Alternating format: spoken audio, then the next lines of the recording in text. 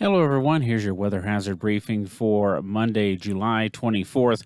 Their hot temperatures for the weekend, those are going away from now. It's not going to be much cooler, but it will be cooler nonetheless.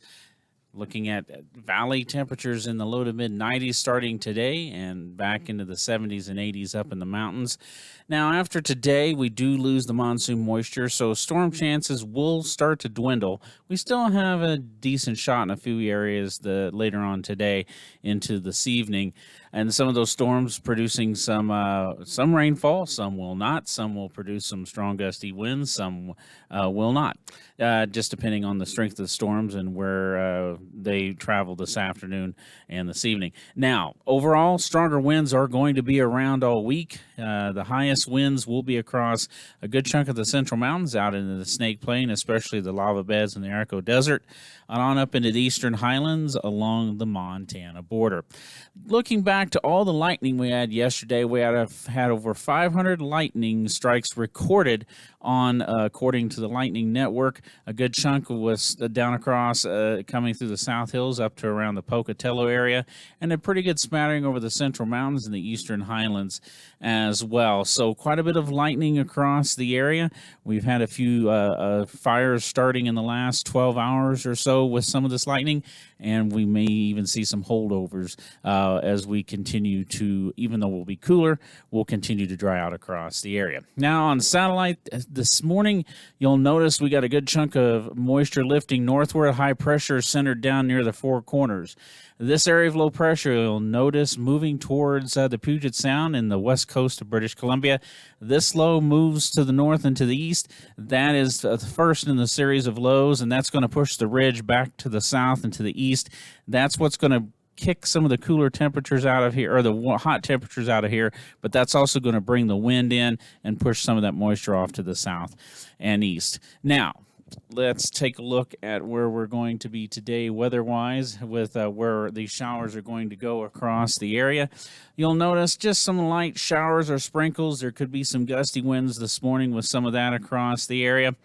A pretty decent band of showers and thunderstorms develops to our west. That'll shift north into the east into southwest Montana late this afternoon and this evening.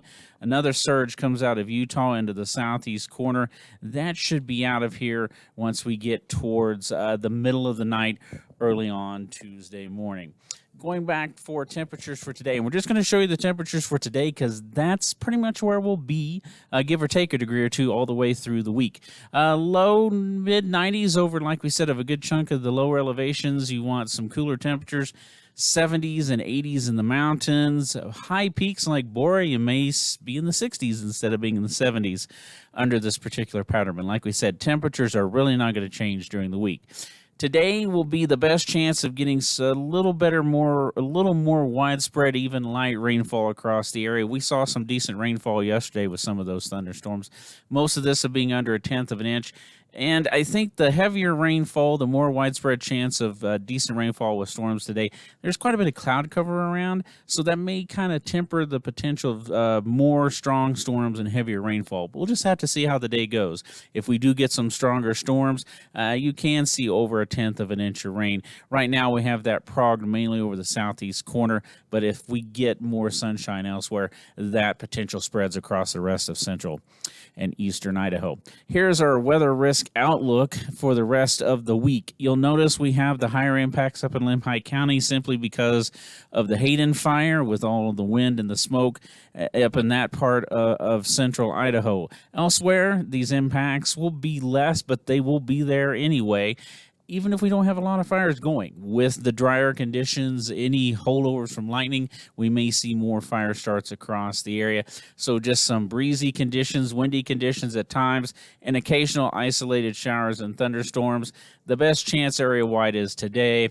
And later on in the week, we may be looking at right now pretty isolated activity.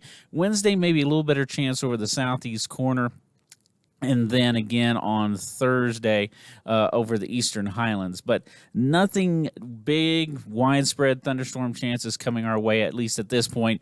We'll have to see how the monsoon moisture creeps back in here later on this week and heading into the weekend.